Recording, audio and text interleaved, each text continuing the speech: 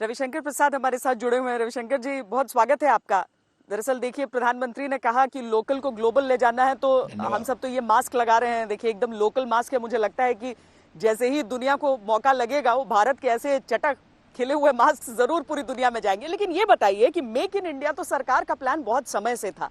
अब make in India दोबारा return कर रहा है आपदा में अवसर को तलाशते हुए, जैसा प्रधानमंत्री ने स्वयं कहा, या फिर जैसा कांग्रेस अपनी तरफ से इल्जाम लगा रही है कि सिर्फ रीपैकेज करने की कोशिश की गई है, कुछ नया नहीं। देखिए, कांग्रेस पार्टी के बोलने पर मुझे कुछ नहीं कहना है। हमें उम्मीद थी कि कोरोना के इस अभिशाप में वो राष्ट्रीय स्वर के साथ चलेंगे। अब वो नहीं चल रहे हैं तो उनको उनकी राजनीति मुबारक।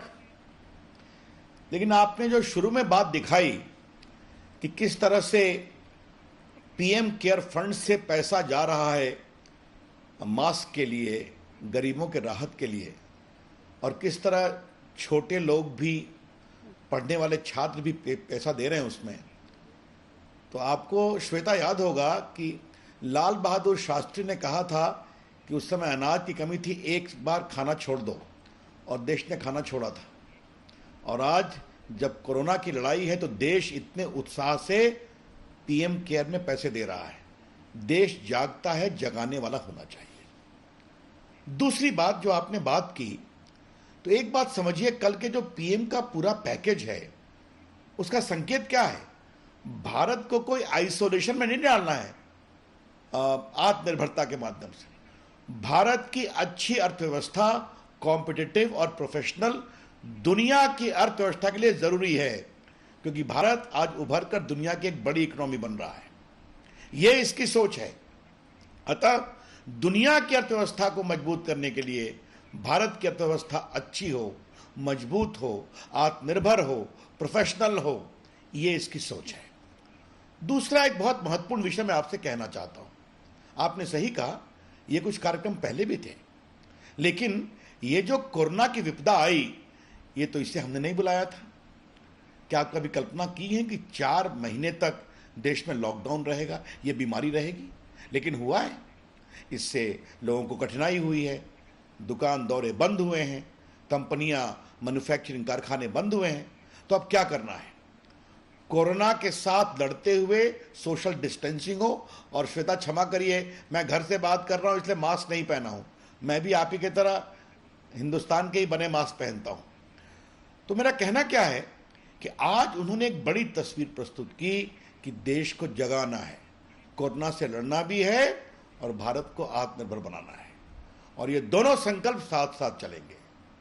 उसी की पहली कड़ी में अब जरा मुझे आपने विस्तार से अपनी रिपोर्ट में बताया है, मुझे सिर्फ आप 2 चीज बताने दीजिए।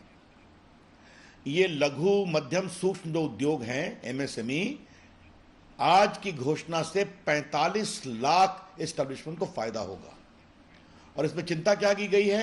कारखाने की, उनके लोन गवर्नमेंट ऑफ इंडिया की गारंटी की, एम्प्लॉयड प्रोविडेंट फंड की, बाकी कंस्ट्रक्शन क्षेत्र की चिंता की गई है कि 6 महीने के लिए तंग नहीं किया जाए।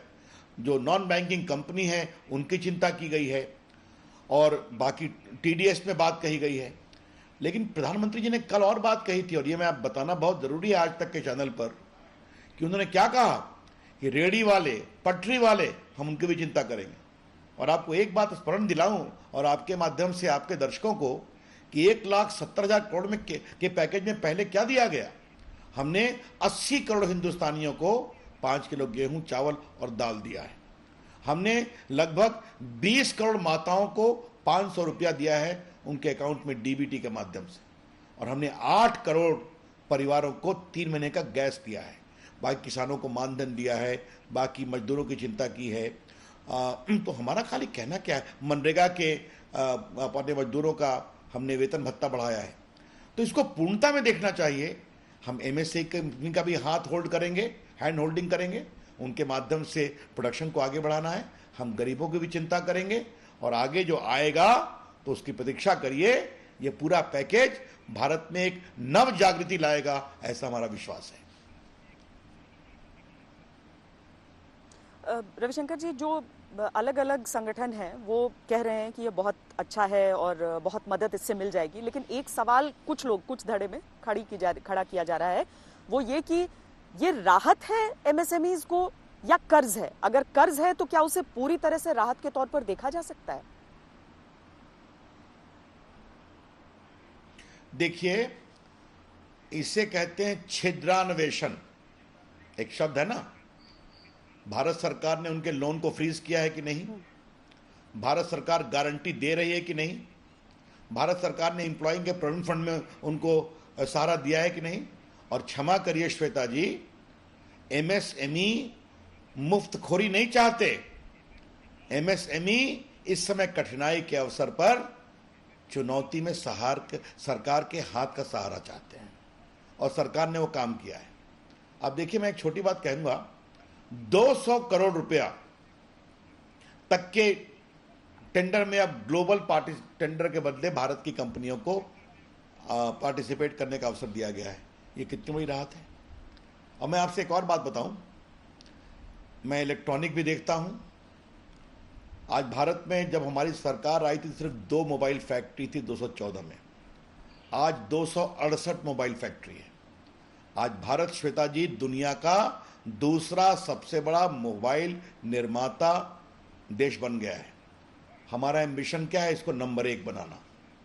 और बाकी medical electronics, defence electronics, consumer electronics, component, cluster, तो ये सबके लगभग 50,000 करोड़ की स्कीम अनाउंस हो चुकी है।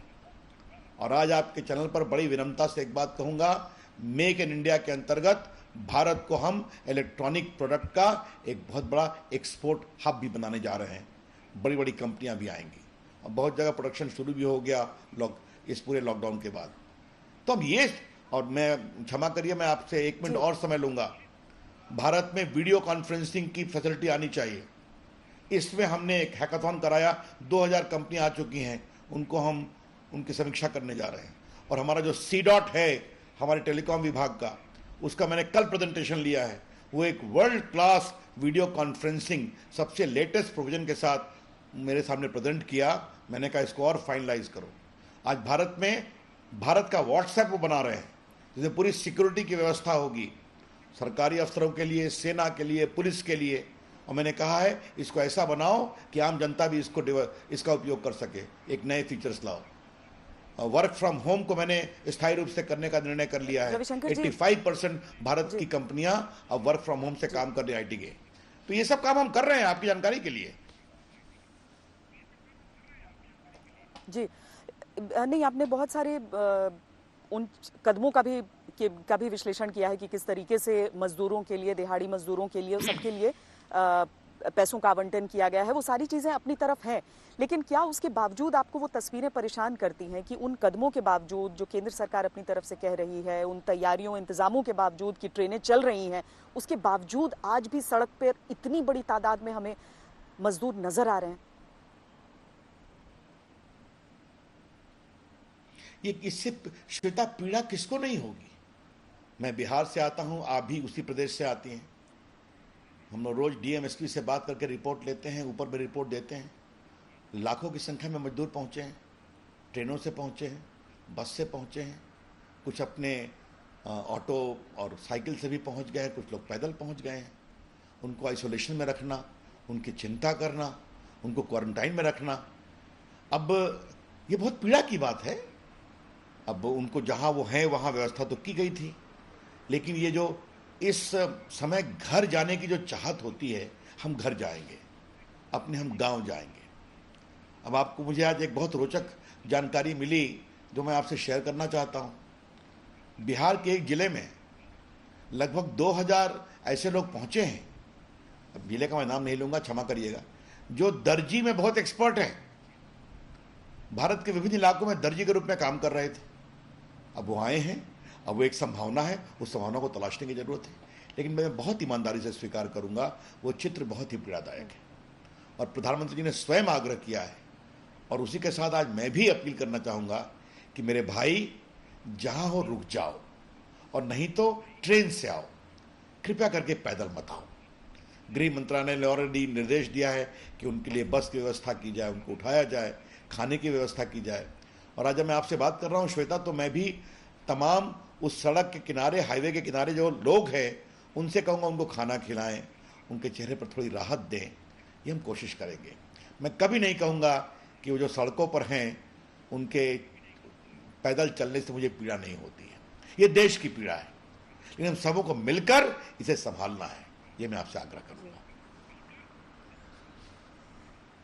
रविशंकर जी, एक और चीज जिस बिंदु पर आपकी आलोचना सरकार की हो रही है वो ये कि जहां पर पूरे देश का पूरे साल का बजट एक दिन में लगभग 1-1.5 घंटे के अंतराल में ऐलान कर दिया जाता है, तो इस समय ऐसा क्यों हो रहा है कि 4 दिन तक बताने की जरूरत पड़ रही है कि एक योजना है 20 लाख करोड़, उसका इस्तेमाल कैसे कैसे होना है? स्वाभाविक है, हम चाहते हैं श्वेता जी हर दिन जनता को बताएं, जागृत करें। और जिस तरह से आप लोगों ने काम किया है, प्रधानमंत्री की अपील पर जनता ने, चाहे वो जनता कर्फ्यू हो या डफली बजाने की बात हो, थाली बजाने की बात हो डॉक्टरों के समर्थन में, या देश के लिए ऊर्जा के लिए दीप जलाने की बात हो, वो करके दिखाया है। तो हम चाहते हैं जनता के बीच में जाए। और आपने देखा है कल प्रधानमंत्री की घोषणा के बाद सेंसेक्स कैसे उछला। और आज जब मैं बात कर रहा था तो मुझे बिहार के एक जिले में बात करने का अवसर मिला। वहां की जनता तक ये बात पहुंच गई है कि प्रधानमंत्री जी ने 20 लाख करोड़ का पैकेज की घोषणा की है। अब हम लोग को देश के आगे ले जाना है। फिर कहूंगा श्वेता जी, देश जागता है, जगाने वाला होना चाहिए। और आज कभी आपसे चर्चा करेंगे, आपके चैनल पर आपके साथ होनी चाहिए। भारत ऐसे विविधता भरे देश में, 130 करोड़ के देश में, अगर प्रधानमंत्री की अपील पर जनता 40 दिन लॉकडाउन करती है प्रभावी रूप से, तो ये देश के लिए बहुत बड़ी उपलब्धि है। और उन्होंने अगर देश से आग्रह किया है कि एक बार भारत को इस चुनौती में अवसर निकालेंगे, भारत को आत्मनिर्भर बनाएंगे, मेक इन इंडिया को नया मूवमेंट बनाएंगे, आओ देशवासियों उसमें जग जाओ, तो ये सब कुछ एक एक करके बताया जाएगा तो देश पूरा समझेगा और देश विश्वास करेगा। बहुत बहुत शुक्रिया रविशंकर जी हमसे बातचीत करने के लिए।